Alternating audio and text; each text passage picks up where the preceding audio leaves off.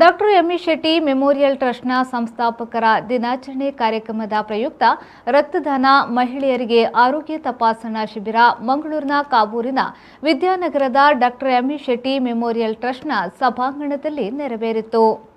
ಕಾರ್ಯಕ್ರಮಕ್ಕೆ ಮಂಗಳೂರು ಉಪ ಪೊಲೀಸ್ ಆಯುಕ್ತ ಬಿಪಿ ದಿನೇಶ್ ಕುಮಾರ್ ಅವರು ದೀಪ ಬೆಳಗ್ಗೆ ಚಾಲನೆಯನ್ನ ನೀಡಿದರು.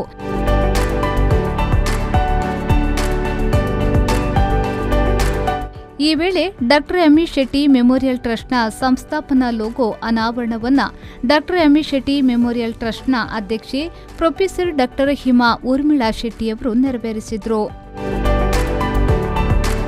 ಬಳಿಕ ಮಾತನಾಡಿದ ಮಂಗಳೂರು ಉಪ ಪೊಲೀಸ್ ಆಯುಕ್ತ ಬಿಪಿ ದಿನೇಶ್ ಕುಮಾರ್ ಅವರು, ಪೊಲೀಸ್ ಇಲಾಖೆ ಮತ್ತು ವೈದ್ಯಕೀಯ ವಿಭಾಗಕ್ಕೆ ಅವಿನಾಭಾವ ಸಂಬಂಧ ಇದೆ.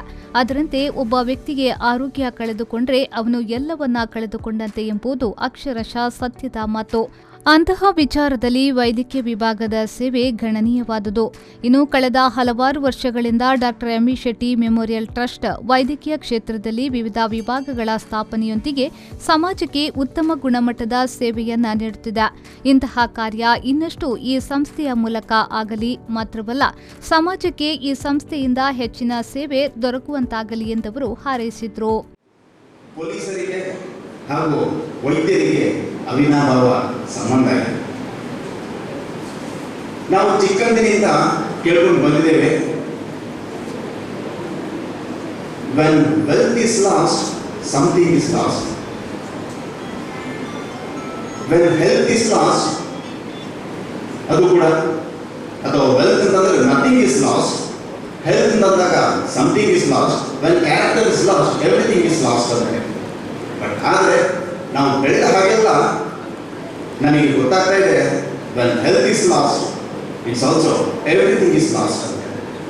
ಆರೋಗ್ಯ ಕೈಕೊಟ್ಟು ಬಂದರೆ ಯಾರು ಕೂಡ ಏನು ಮಾಡಲಿಕ್ಕೆ ಆಗೋದಿಲ್ಲ. ಈ ಒಂದು ಸಂಸ್ಥೆ ನೋಡಿ ಬಹಳ ಸಂತೋಷ ಆಗ್ತಾ ಇದೆ. 1987ರಲ್ಲಿ ನರ್ಸಿಂಗ್ ಪ್ರೈವೇಟ್ ಕಾಲೇಜ್ ಪ್ರಾರಂಭ ಆಗಿದೆ.